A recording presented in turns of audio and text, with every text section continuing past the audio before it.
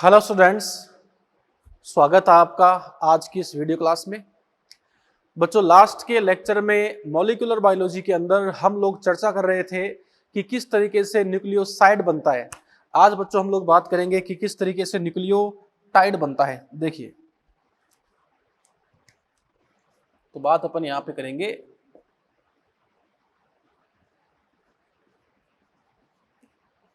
Nucleotide के बारे में। चर्चा करते हैं न्यूक्लियोटाइड के बारे में। देखो बच्चों, जब न्यूक्लियोसाइड के साथ में फॉस्फेट ग्रुप जुड़ जाता है, जब न्यूक्लियोसाइड के साथ में फॉस्फेट समूह जुड़ जाता है, तब आप कह सकते हो न्यूक्लियोटाइड का निर्माण होता है। और यहां पर न्यूक्लियोसाइड से जो बच्चों फॉस्फेट समूह जुड़ता है, ये जुड़ता है फोस्फो एस्टर बॉन्ड से। जो बच्चों फोस्फो एस्टर बॉन्ड है, इस फोस्फो एस्टर बॉन्ड के द्वारा फॉस्फेट जुड़ता है न्यूक्लियोसाइड से। दिखाते हैं आपको ऐसे, जैसे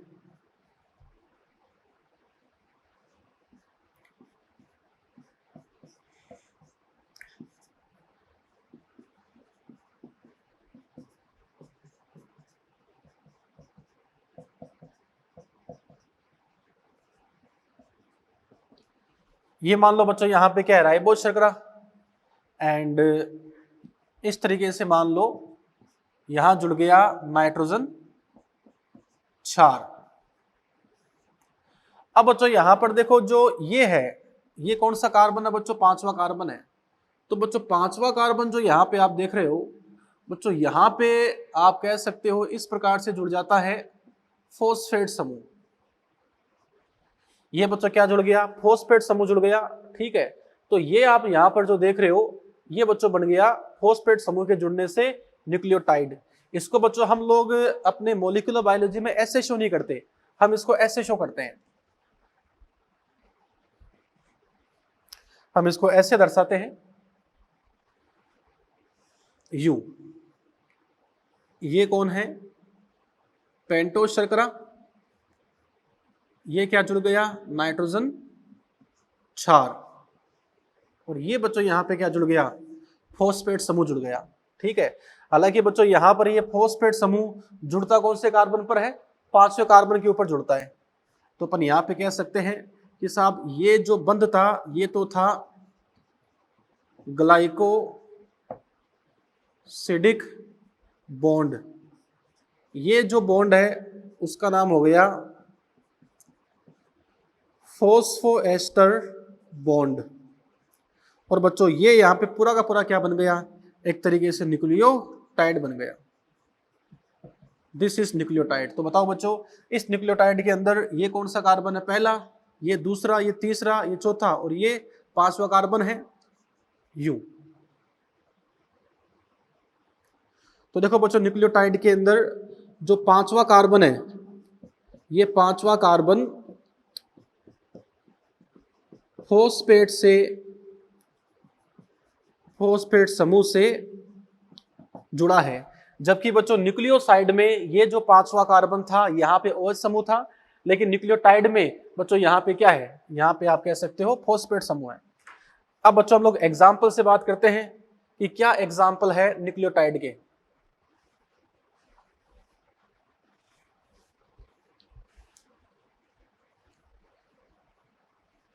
देखें,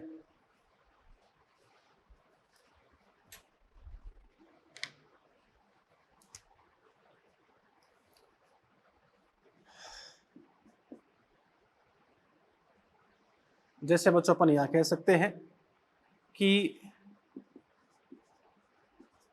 राइबोज सुगर, बच्चों राइबोज शर्करा प्लस एडेनिन, ये बच्चों क्या है? नाइट्रोजन क्षार। तो पेंटोस शर्करा और नाइट्रोजन क्षार क्या बन गया? न्यूक्लियोसाइड। अगर आप इसमें फॉस्फेट समूह को और जोड़ दो, फॉस्फेट ग्रुप। तो बच्चों फॉस्फेट समूह को जोड़ने पर अब आप यहां पे कह सकते हो ये हो गया पेंटोस शर्करा, नाइट्रोजन 4 और फॉस्फेट समूह, बच्चों क्या बन गया, न्यूक्लियोटाइड। अब ये जो न्यूक्लियोटाइड है उसका नाम क्या होगा, तो बच्चों याद रखना, अगर ये आप देख रहे हो तो क्या बन गया, न्यूक्लियोसाइड। ये बच्चों क्या बन गया, ये बन गया न्यूक्लियोसाइड। अब इसके बाद में अगर आप एग्जाम्पल देखो कि साहब अब ये न्यूक्लियोटाइड कौन सा बन गया, तो बच्चों याद रखना अब इसका जो नाम है वो हो जाएगा एडिनोसिनिक एसिड।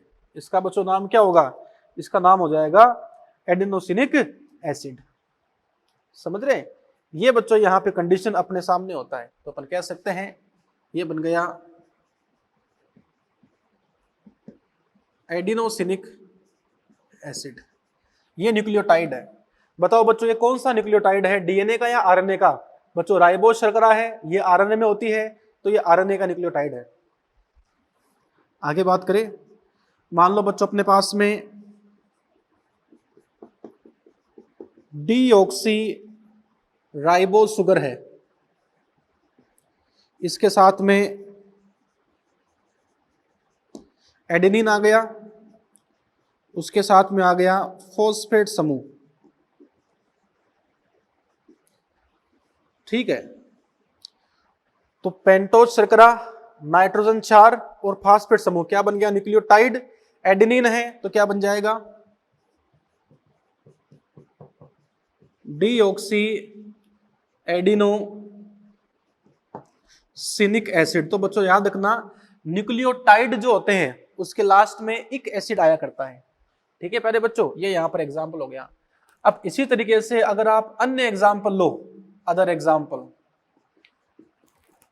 तो बच्चों अदर एग्जाम्पल हो सकते हैं जैसे ये, तो बच्चों आपने यहां पे एडेनिन लिया है, हो सकता है आप यहां पे ग्वानिन ले लो, तो ग्वानिन के लेने से क्या हो जाएगा, ग्वानोसिनिक एसिड। और बच्चों अगर यहां पे ग्वानिन होगा तो क्या होगा, डीऑक्सी ग्वानोसिनिक एसिड। तो ग्वानोसिनिक एसिड ये बच्चों किसका न्यूक्लियोटाइड है, आरएनए का। डीऑक्सी ग्वानोसिनिक एसिड ये किसका न्यूक्लियोटाइड है, डीएनए का। इसके अलावा आप ले सकते हो जैसे एडेनिन ले लिया, ग्वानिन ले लिया, चलो बच्चों साइटोसिन लेते हैं, तो साइटिडिनिक एसिड ये बच्चों यहां पे आरएनए का न्यूक्लियोटाइड है। डीऑक्सी साइटिडिनिक एसिड ये डीएनए का न्यूक्लियोटाइड है। अब मान लो बच्चों बात करते हैं अपन थाइमिन की, तो थाइमिन किस में होता है, डीएनए में। यूरिसिल किस में होता है, आरएनए के अंदर। तो यूरिडिनिक एसिड ये आरएनए का न्यूक्लियोटाइड है। डीऑक्सी थाइमिडिनिक एसिड ये बच्चों यहां पे क्या है, डीएनए का न्यूक्लियोटाइड है। तो हम कह सकते हैं कि न्यूक्लियोटाइड का जो निर्माण है वो होता है आपके पेंटोस शर्करा के साथ में फॉस्फेट समूह के जुड़ने से। ठीक है बच्चों, एग्जाम में आपको 3 तरीके से सवाल पूछ सकते हैं, निम्न में से कौन सा नाइट्रोजन क्षार है, निम्न में से कौन सा न्यूक्लियोसाइड है, और निम्न में से कौन सा न्यूक्लियोटाइड है। बच्चों न्यूक्लियोटाइड को पहचानना बहुत सरल है, लास्ट में एक एसिड आ जाए तो वो न्यूक्लियोटाइड है। आगे बात करते हैं।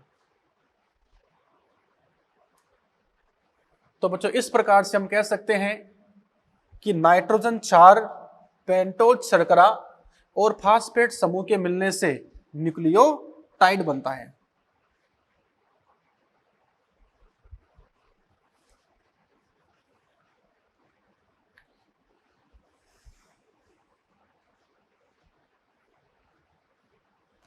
ओके आगे चलते हैं।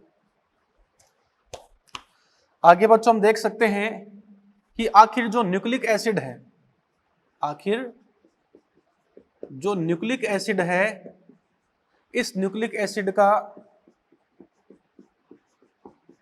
निर्माण कैसे होता है। तो बच्चों आपको पता है कि जब बहुत सारे न्यूक्लियोटाइड आपस में मिलते हैं तब न्यूक्लिक एसिड बन जाता है। तो बच्चों मैनी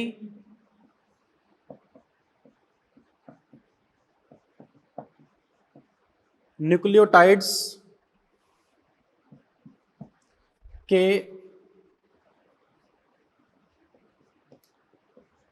मिलने से, अनेकों न्यूक्लियोटाइड के मिलने से डीएनए या आरएनए मतलब न्यूक्लिक एसिड का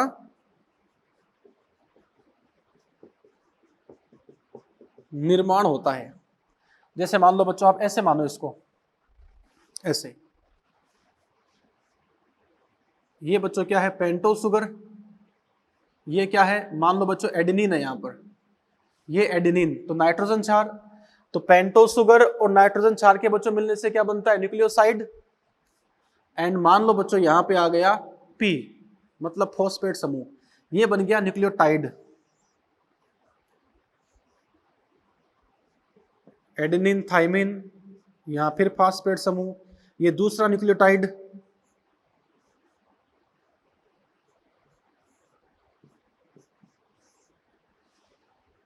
बच्चों इस प्रकार से यहां मान लेता हूं मैं बहुत सारे क्या है, न्यूक्लियोटाइड है।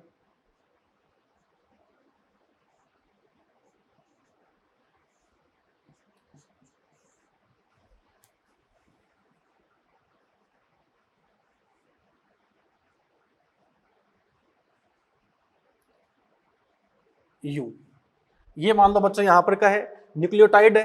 ये कौन सा बंध है, नाइट्रोजन क्षार और पेंटो शुगर के बीच में ग्लाइकोसिडिक बॉन्ड, फॉस्फेट समूह और पेंटो शुगर के बीच में फॉस्फोएस्टर बॉन्ड। ठीक है बच्चों, अब क्या होगा, दो न्यूक्लियोटाइड आपस में जुड़ते हैं इस प्रकार से, यह न्यूक्लियोटाइड जुड़ता है अगले न्यूक्लियोटाइड से इस प्रकार से। तो देखो बच्चों कैसे जुड़ रहा है, एक न्यूक्लियोटाइड के पांचवें कार्बन पर फॉस्फेट समूह था, तो पांचवा कार्बन का फॉस्फेट समूह जुड़ गया अगले न्यूक्लियोटाइड के 1 2 3 तीसरे कार्बन के ऊपर, तो इस बंध का नाम बच्चों हो जाएगा 3,5। एक कार्बन का, एक न्यूक्लियोटाइड का तीसरा कार्बन अगले न्यूक्लियोटाइड के पांचवें कार्बन से जुड़ रहा है। देखो बच्चों फॉस्फेट कौन से कार्बन पर है, पांचवें पर है, और ये कौन सा है, तीसरा कार्बन, तो 3 और 5, 3 5 फॉस्फो डाइएस्टर बॉन्ड। तो 3,5 फॉस्फो डाइएस्टर बॉन्ड के द्वारा जुड़ता है एक न्यूक्लियोटाइड दूसरे न्यूक्लियोटाइड से। देखो बच्चों इस प्रकार से न्यूक्लियोटाइड के मिलने से न्यूक्लिक अम्ल बन जाता है। ठीक है, तो न्यूक्लियोटाइड जुड़ते किसके द्वारा है, फॉस्फो डाइएस्टर बॉन्ड के द्वारा ये जुड़ जाते हैं। अगर मान लो बच्चों आपके पास में डीएनए होता है, तो बच्चों डीएनए जो है वो इस प्रकार से जुड़ जाएगा। बच्चों डीएनए में 2 चेन होती है, इस प्रकार से एक चेन मान लो यहां पर हो गई। ये बच्चों यहां पे डायग्राम है, आप कह सकते हो पॉलीन्यूक्लियोटाइड चेन। ये बच्चों यहां पर एक पॉलीन्यूक्लियोटाइड चेन है, डीएनए की है, आरएनए की है, किसी की भी हो सकती है। ये पॉलीन्यूक्लियोटाइड चेन है, यहाँ पे थाइमिन है, इसका मतलब डीएनए की है। अगर यहाँ पे यूरेसिल होता तो यूरेसिल होने से बच्चों किसकी होती, आरएनए की होती। हर पॉलीन्यूक्लियोटाइड चेन के अंदर बताओ बच्चों ये कौन से कार्बन के ऊपर है फॉस्फेट समूह, ये यहाँ पे 5वां कार्बन है, इसको बोलते हैं 5' बच्चों। इसमें देखो ये कौन सा कार्बन होता है, तीसरा, ये है तीसरा कार्बन। बच्चों यहाँ पे क्या हुआ करता है, OH समूह। तो हम कह सकते हैं कि पॉलीन्यूक्लियोटाइड चेन जो है इसमें एक तो होता है 5' सिरा और एक इसका होता है 3' सिरा। अर्थात पॉलीन्यूक्लियोटाइड श्रृंखला में एक तो 5' सिरा होता है, एक इसमें होता है 3' सिरा। इसका जो 5' सिरा है यहां पे फॉस्फेट समूह पाया जाता है, और जो 3' सिरा है यहां पे आप कह सकते हैं यहां पे OH समूह पाया जाता है। ये बच्चों यहां पे सीन है जो आपके सामने। अब हम कह सकते हैं कि साहब कोई भी पॉलीन्यूक्लियोटाइड चेन हो, चाहे तो डीएनए हो या आरएनए हो, हर चेन में एक किनारा 5 डेज होता है, दूसरा किनारा 3 डेज होता है। बच्चों 5 डेज का मतलब वहां पर फॉस्फेट समूह है, 3 डेज का मतलब वहां पर ओएच समूह है। अगर आप डीएनए की बात करो, चलिए हम आगे बात कर लेते हैं।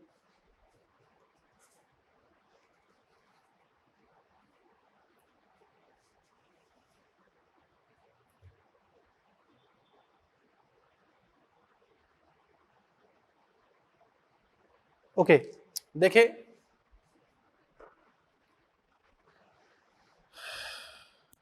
ये बच्चों यहां पे डीएनए की श्रृंखला है। बच्चों आरएनए में क्या होता है? आरएनए में ऐसे होता, ये पेंटोज शुगर, ये एडेनिन, ये फॉस्फेट समूह, ये पेंटोज, यूरेसिल, ये फॉस्फेट, एडेनिन यूरेसिल कुछ भी आ सकता है, पेंटोज शुगर, ग्वानिन, ये फॉस्फेट शर्करा। तो देखो बच्चों इस प्रकार से कंडीशन पाई जाती है, ये कंडीशन पाई जाती है। ये बच्चों कौन सा कार्बन है? तीसरा, इसको 3 डेज बोलते हैं। ये कौन सा है? 5वां, 5 डेज। तो बच्चों कहने का मतलब ये है कि जो डीएनए आरएनए होता है, उस आरएनए में थायमिन के स्थान पर, बच्चों आरएनए में थायमिन के स्थान पर क्या होता है? यूरेसिल पाया जाता है। और देखो बच्चों डीएनए में यहां पर क्या है? बच्चों डीएनए में यहां पर थायमिन है। ठीक है, अब देखो बच्चों थायमिन की अगर आप बात करो तो हम कह सकते हैं कि साहब थायमिन को बोलते हैं 5-मिथाइल यूरेसिल। तो थायमिन को बोलते हैं 5-मिथाइल यूरेसिल। अर्थात थायमिन कैसे बनता है? यूरेसिल के ऊपर अगर 5वें कार्बन पर मिथाइल समूह आ जाए, यूरेसिल पर अगर 5वें कार्बन पर मिथाइल समूह जुड़ जाए तो बच्चों थायमिन बन जाता है। ठीक है, तो याद रखना बच्चों थायमिन तो किस में होगा? डीएनए में। और बच्चों आरएनए में क्या होता है? यूरेसिल हुआ करता है। ये बच्चों यहाँ पे कंडीशन है। चलिए ये बात अपने यहाँ पे हुई।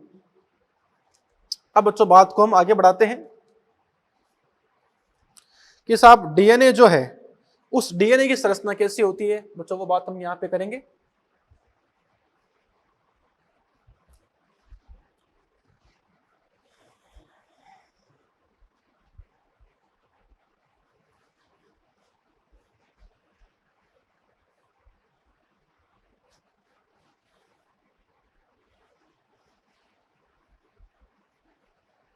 हाँ जी प्यारे बच्चों, आगे हम चर्चा करते हैं इसमें।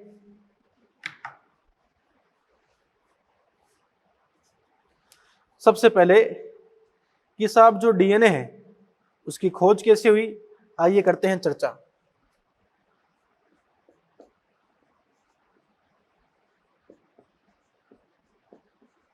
डीएनए की खोज, तो बच्चों याद रखना हम कह सकते हैं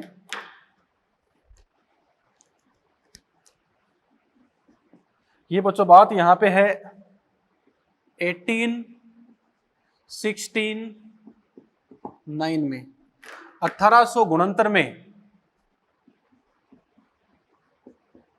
डीएनए की खोज हुई। तो बच्चों डीएनए की खोज हुई थी 1869 के अंदर। दूसरी बात, इसके जो बच्चों खोज करता है, इसके खोज करता है फ्रेडरिक मिस्चर। तो फ्रेडरिक मिस्चर इसके खोज करता है और बच्चों उन्होंने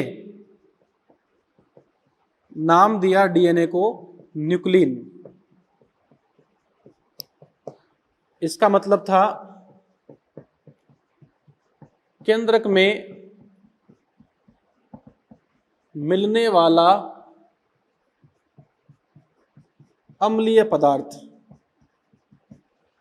तो बच्चों कहने का मतलब क्या है? 1869 के अंदर फ्रेडरिक मिस्चर ने केंद्रक में मिलने वाले अम्लीय पदार्थ को न्यूक्लिन नाम दिया। और बच्चों वो न्यूक्लिन वास्तव में क्या था? डीएनए था। ये बच्चों अम्लीय पदार्थ है क्योंकि नाम ही क्या है, डीऑक्सीराइबोस न्यूक्लिक एसिड। बच्चों इसमें फॉस्फेट समूह के होने से ये अम्लीय प्रवृत्ति का होता है, इसमें फॉस्फोरिक अम्ल पाया जाता है। अब बच्चों इसके बाद में ये जो यहाँ पे डीएनए है इसकी बच्चों संरचना कैसी होती है, तो बच्चों इसके लिए दिया गया द्विकुंडली मॉडल, तो हम यहाँ पे कह सकते हैं डीएनए का डबल हेलिक्स मॉडल, डीएनए का डबल हेलिक्स मॉडल, इसे बच्चों कहा जाता है डीएनए का द्विकुंडली मॉडल, इसे बच्चों कहा जाता है। चलिए तो देखो बच्चों यहां पर हम कह सकते हैं कि साहब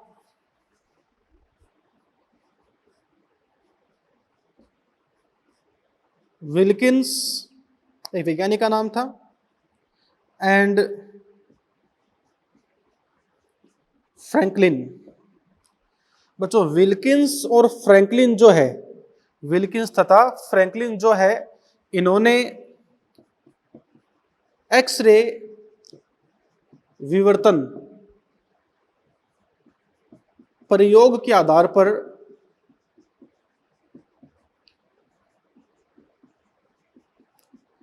आंकड़े दिए। बच्चों मेरे कहने का मतलब यहां पर यह है कि विल्किंस तथा फ्रैंकलिन ये बच्चों दो वैज्ञानिक थे और इन दोनों वैज्ञानिक ने जो बच्चों डीएनए है उस डीएनए के ऊपर प्रयोग किया। बच्चों उन्होंने क्या किया, डीएनए के ऊपर एक्सरे का प्रहार किया। अब वो एक्सरे डीएनए पर जाकर वापस परावर्तित होती है। ठीक है बच्चों, तो ये जो यहाँ पे बच्चों एक्सरे का आप कह सकते हो विवर्तन है, ठीक है, रिफ्रैक्शन है। तो बच्चों कुछ एक्सरे ऐसा था जो डीएनए पर जाकर वापस आ गया था और बच्चों कुछ एक्सरे की किरणें वो थी जो डीएनए के अंदर से चली गई थी और कुछ एक्सरे की किरणें वो थी जो डीएनए से टकराकर और किसी एंगल में मुड़ गई थी। तो इस आधार पर कहा जाता है कि विल्किंस तथा फ्रैंकलिन ने एक्सरे के आधार पर, एक्सरे के प्रयोगों के आधार पर कुछ आंकड़े दिए कि साहब यहां पर किरण वापस आ जाती है, यहां पे किरण आर पार चली जाती है, यहां पर किरण इस दिशा में मुड़ जाती है। तो बच्चों इस प्रकार से एक्सरे विवर्तन के आंकड़े दिए और इन आंकड़ों का उपयोग करके ये जो एक्सरे विवर्तन के आंकड़ों का उपयोग करके, एक्सरे विवर्तन आंकड़ों का उपयोग करके, बच्चों आप यहां कह सकते हो वॉटसन तथा क्रिक ने, वॉटसन तथा क्रिक ने डबल हेलिक्स मॉडल दिया। तो हम कह सकते हैं कि साहब ये जो यहाँ पे डबल हेलिक्स मॉडल है, ये जो बच्चों यहाँ पर द्विकुंडलाकार मॉडल है, इसको दिया था वाटसन और क्रिक ने। वाटसन तथा क्रिक ने डबल हेलिक्स मॉडल दिया था विल्किंस तथा फ्रैंकलिन के एक्सरे विवर्तन प्रयोग के आधार पर दिए गए आंकड़ों के अनुसार। तो बच्चों हम कह सकते हैं कि यहां पर जो दो वैज्ञानिक हैं वाटसन और क्रिक, बच्चों सबसे पहले यहां पे हम कह सकते हैं कि वाटसन तथा क्रिक जो है उन्होंने बताया था कि डीएनए की संरचना कैसी है। तो वाटसन एंड क्रिक जो यहां पर दो वैज्ञानिक हैं, इस वाटसन ने तथा क्रिक ने यह कहा था कि साहब जो डीएनए है उस डीएनए की संरचना डबल हेलिक्स के रूप में होती है। मतलब इस प्रकार से डीएनए होता है।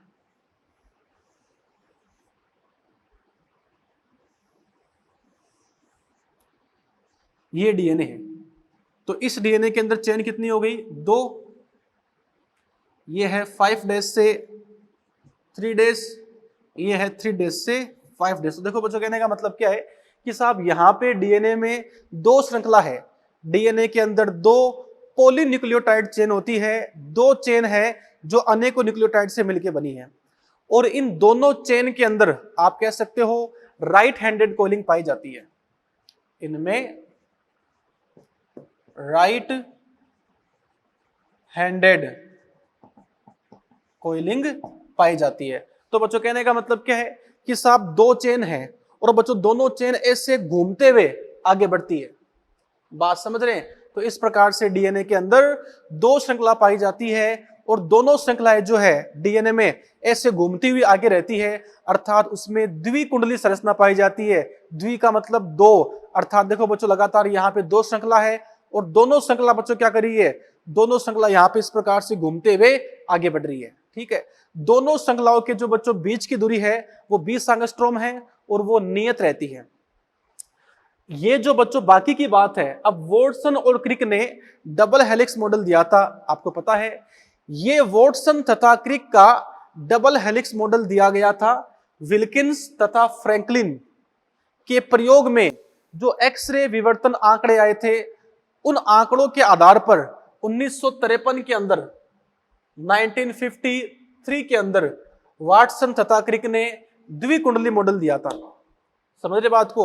अब ये मॉडल क्या है, तो बच्चों ये मॉडल मैं आपको पूरा पढ़ा चुका हूं अपने पिछले बायोमोलिक्यूल वाले चैप्टर में। उसमें जो बातें हैं वो मैं बोल देता हूं, बाकी पूरा मॉडल मैं आपको पढ़ा चुका हूं बायोमोलिक्यूल के अंदर। बच्चों मॉडल ये था कि डीएनए के अंदर दो पॉलीन्यूक्लियोटाइड श्रृंखला होती है तथा दोनों पॉलीन्यूक्लियोटाइड चेन एक दूसरे के प्रति समानांतर होती है।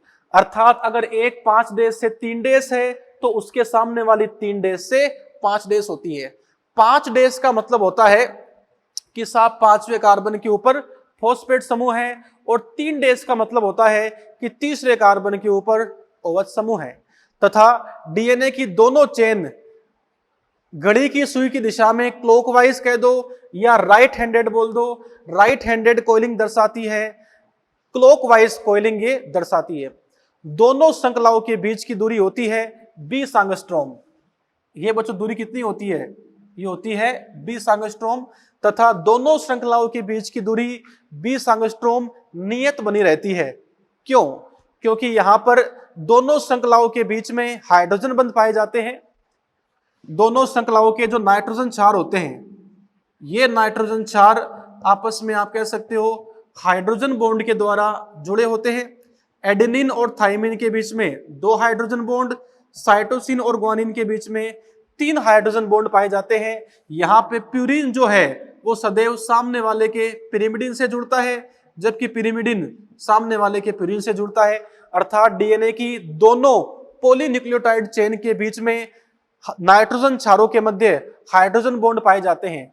ए और टी के बीच में 2 हाइड्रोजन बॉन्ड तथा सी और जी के बीच में 3 हाइड्रोजन बंध पाए जाते हैं।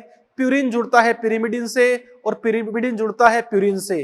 इस कारण से यहाँ पर दोनों श्रृंखला के बीच की दूरी नियत बनी रहती है। जैसे मान लो बच्चों आपके पास प्यूरिन है, तो बच्चों पहले बताया भी था मैंने आपको, प्यूरिन जो है उसमें पाई जाती है 2 वलय और जो पिरिमिडिन है उसमें होती है 1 वलय। तो मान लो बच्चों यहां पर प्यूरिन है तो प्यूरिन का मतलब 2 वलय, सामने क्या आ गया पिरिमिडिन 1 वलय। मान लो बच्चों अब यहां पे पिरिमिडिन है, पिरिमिडिन का मतलब 1 वलय, सामने प्यूरिन है तो प्यूरिन का मतलब 2 वलय। तो देखो बच्चों यहां पर क्या हुआ, प्यूरिन जुड़ता है पिरिमिडिन से, पिरिमिडिन जुड़ता है प्यूरिन से। एडेनिन क्या है प्यूरिन, वो जुड़ता है थाइमिन पिरिमिडिन से। साइटोसिन पिरिमिडिन है, वो जुड़ता है ग्वानिन प्यूरिन से। तो इस प्रकार से प्यूरिन तथा पिरिमिडिन जुड़ते हैं, जिससे डीएनए की दोनों श्रृंखलाओं के बीच की दूरी नियत बनी रहती है। ये बच्चों यहां पे सीन है। आगे बात करें, डीएनए में एक घुमाव, एक पूरा घुमाव जो है उसको बोलते हैं डीएनए की पिच। वो होता है आप कह सकते हो 34 एंगस्ट्रॉम का।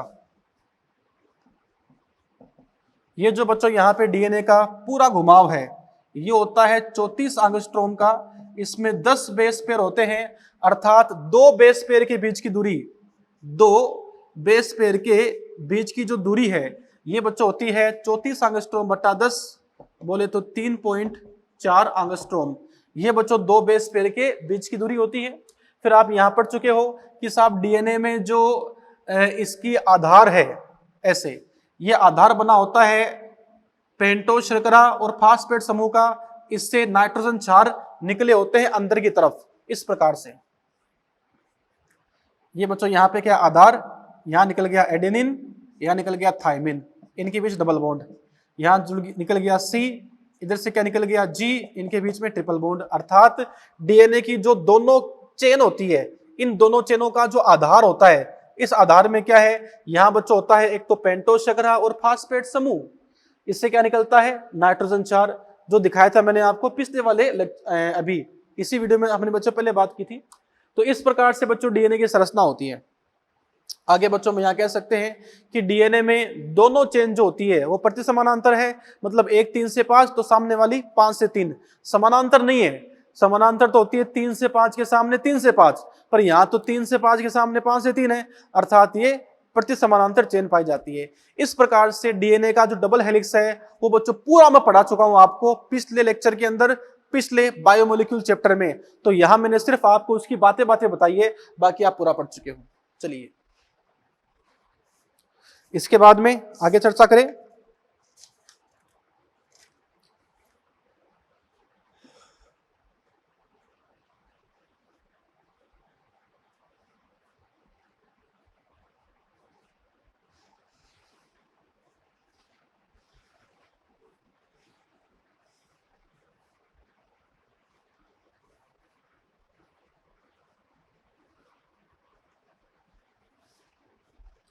क्योंकि बच्चों पूरी स्ट्रक्चर जो है मैं आपको बता चुका हूं पिछले चैप्टर के अंदर, तो बच्चों उसी बात को दोबारा बता के हम अपना समय खराब नहीं करेंगे, आगे बढ़ेंगे।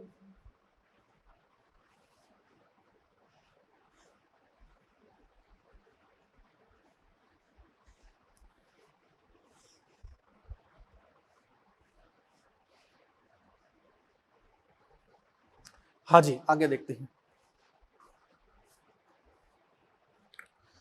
आगे बच्चों बात हम यहां पर करते हैं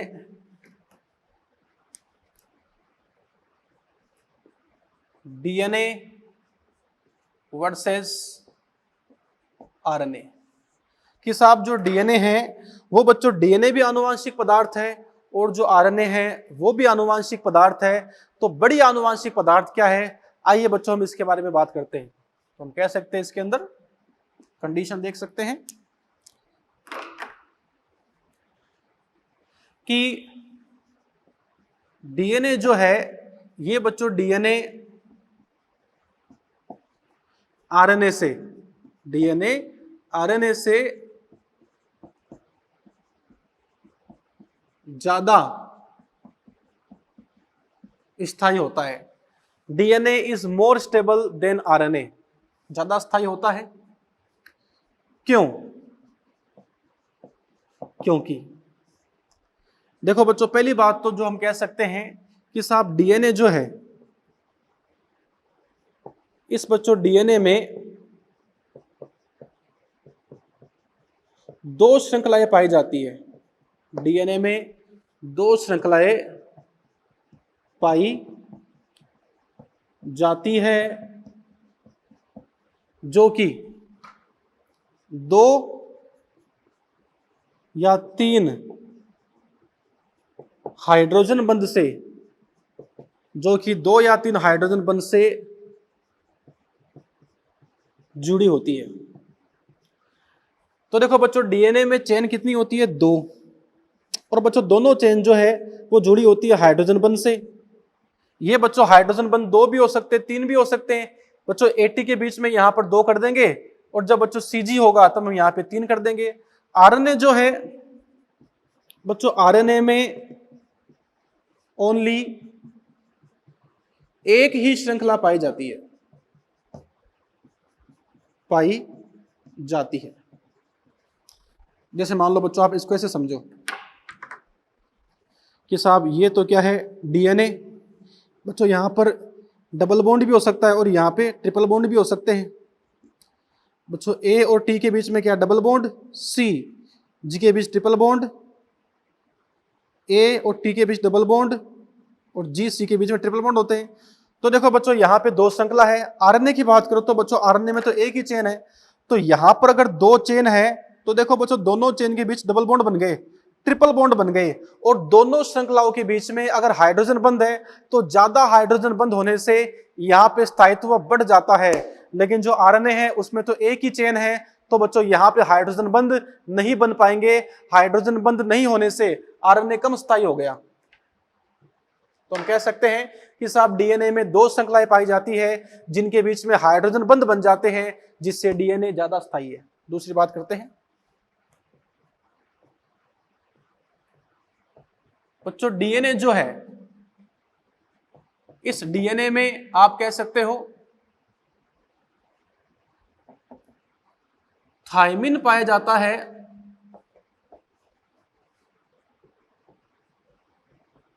जबकि आरएनए में यूरेसिल। बच्चों थायमिन जो है याद रखना, ये अगर स्टेबिलिटी की बात करो तो यह ज्यादा स्थायी है, और जो यूरेसिल होता है बच्चों इसकी जो स्टेबिलिटी है, ये बच्चों कम होती है। अर्थात डीएनए ज्यादा स्थायी इसलिए है क्योंकि उसमें थायमिन है जो कि अधिक स्थायी होता है। आरएनए कम स्थायी इसलिए है क्योंकि उसमें यूरेसिल है जिसका स्थायित्व कम होता है। अगर इसका स्थायित्व ज्यादा है अर्थात इसकी जो क्रियाशीलता है, रिएक्टिविटी है, वो कम हो गई। आरएनए में यूरेसिल है, ये कम स्थायी है, तो कम स्थायी होने से जल्दी से क्रिया कर लेता है। साहब इसकी जो रिएक्टिविटी है ये हो गई ज्यादा। आगे बात करें बच्चों, डीएनए जो है, इस डीएनए में पाई जाती है डीऑक्सी राइबोज शर्करा, और जो बच्चों आरएनए है उसमें पाया जाता है राइबोज शुगर। बच्चों उसमें मिलता है राइबोज शर्करा। तो देखो बच्चों डीऑक्सी राइबोज शर्करा है, इसके जो सेकंड कार्बन है, इस सेकंड कार्बन के ऊपर H होता है, जबकि जो राइबोज शर्करा है इसके सेकंड कार्बन के ऊपर OH होता है। तो हम कह सकते हैं कि डीएनए में दूसरे कार्बन पर OH समूह नहीं होता। सेकंड कार्बन पर H है, यहां पे OH समूह नहीं होता, लेकिन यहां पे OH समूह होता है। तो बच्चों याद रखना, डीएनए जो है उस डीएनए के सेकंड कार्बन के ऊपर OH समूह नहीं पाया जाता, अर्थात ये कम क्रियाशील है, ये ज्यादा स्थायी हो गया। और जो आरएनए है उस आरएनए में राइबोज शर्करा में दूसरे कार्बन पर OH समूह है। आप ऐसे मान लो बच्चों, ऐसे ये दूसरा कार्बन है, तो यहां पे H, यहां पे H। देखो बच्चों डीएनए में जो डीऑक्सी राइबोज शर्करा है, डीएनए में जो पेंटोज शुगर है, इस पेंटोज शुगर में दूसरे कार्बन पर OH समूह नहीं है।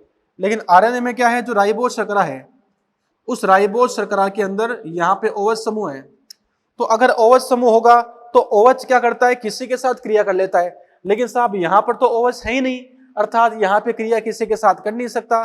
तो हम कह सकते हैं कि डीएनए के अंदर जो डीऑक्सी राइबोज शर्करा पाई जाती है उसके दूसरे कार्बन पर OH समूह होता ही नहीं है, जिससे वो क्रिया नहीं कर सकता, जिससे वो ज्यादा स्थायी होता है। लेकिन जो आरएनए है उस आरएनए के अंदर राइबोज शुगर पाई जाती है, और आरएनए में ये जो राइबोज शुगर पाई जाती है, आरएनए के अंदर ये जो राइबोज शुगर पाई जाती है, यह आरएनए की राइबोज शुगर दूसरे कार्बन पर OH समूह रखती है, जो हर किसी के साथ क्रिया कर लेता है, जिससे ये कम स्थायी हो जाता है।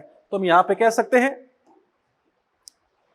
कि साहब डीएनए आरएनए से ज्यादा स्थायी है। क्यों?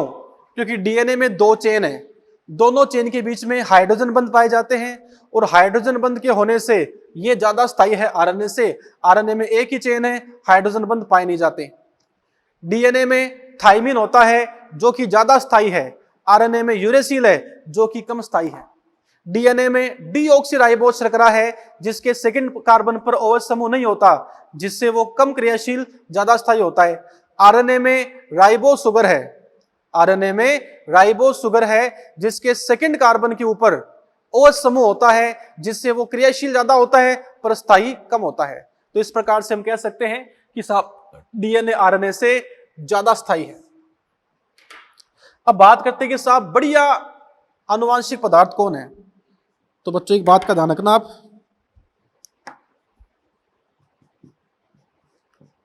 डीएनए को उत्तम आनुवांशिक पदार्थ मानते हैं क्योंकि साहब डीएनए ज्यादा स्थायी है, इसमें आनुवांशिक सूचना ज्यादा अच्छे तरीके से संग्रहित की जा सकती है, ये अधिक स्थायी है। लेकिन जो आरएनए है ये आनुवांशिक सूचना के परिवहन हेतु उत्तम आनुवांशिक पदार्थ है। देखो बच्चों कुछ नहीं फालतू की बातें, मेरी बात सुनो आप। ऐसे बोल दे उत्तम आनुवांशिक पदार्थ कौन सा है, डीएनए। आनुवांशिक सूचना को संग्रहित करने के लिए उत्तम आनुवांशिक पदार्थ डीएनए, लेकिन आनुवांशिक सूचना को प्रसारित करने के लिए, आनुवांशिक सूचना को प्रसारित करने के लिए, आगे बढ़ाने के लिए उत्तम आनुवांशिक पदार्थ कौन सा है। तो बच्चों आप आरएनए कह सकते हो, क्योंकि जो आनुवांशिक सूचना है उसका प्रसार कैसे होता है, आनुवांशिक सूचना के प्रसार का मतलब है प्रोटीन का बनना। तो बच्चों डीएनए से प्रोटीन नहीं बन सकती, आरएनए से प्रोटीन बनती है, डीएनए से बनती है आरएनए, आरएनए से बनती है प्रोटीन। तो प्रोटीन के निर्माण के लिए उत्तम आनुवांशिक पदार्थ कौन है, डीएनए या आरएनए। प्रोटीन के निर्माण के लिए उत्तम आनुवांशिक पदार्थ आरएनए है। ये आप कह सकते हो आनुवांशिक सूचना को प्रसारित करने के लिए उत्तम जो आनुवांशिक पदार्थ है वो बच्चों यहाँ पे कौन है, आरएनए है। तो इस प्रकार से हम कह सकते हैं कि साहब जो बेटर आनुवांशिक पदार्थ है वो आरएनए है। ठीक है ओवरऑल। हाँ अगर प्रश्न में लिखा हो कि आनुवांशिक सूचना के बहाव के लिए कौन सा उत्तम आनुवांशिक पदार्थ है, तो आनुवांशिक सूचना के बहाव के लिए आरएनए बेटर है डीएनए से, क्योंकि आरएनए ज्यादा क्रियाशील है। समझ रहे बात को, ये बच्चों यहां पे सीन है। ओके ये बच्चों अपनी बात हुई।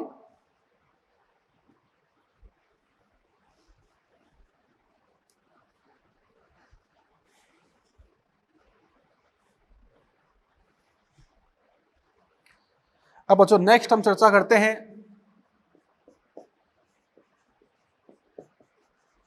Central dogma theory. Central dogma theory, central dogma सिद्धांत जो है बच्चों इसकी बात करते हैं। और जो सेंट्रल डोग्मा थ्योरी है इसकी बच्चों हम बात करेंगे नेक्स्ट लेक्चर में। ठीक है ओके थैंक यू।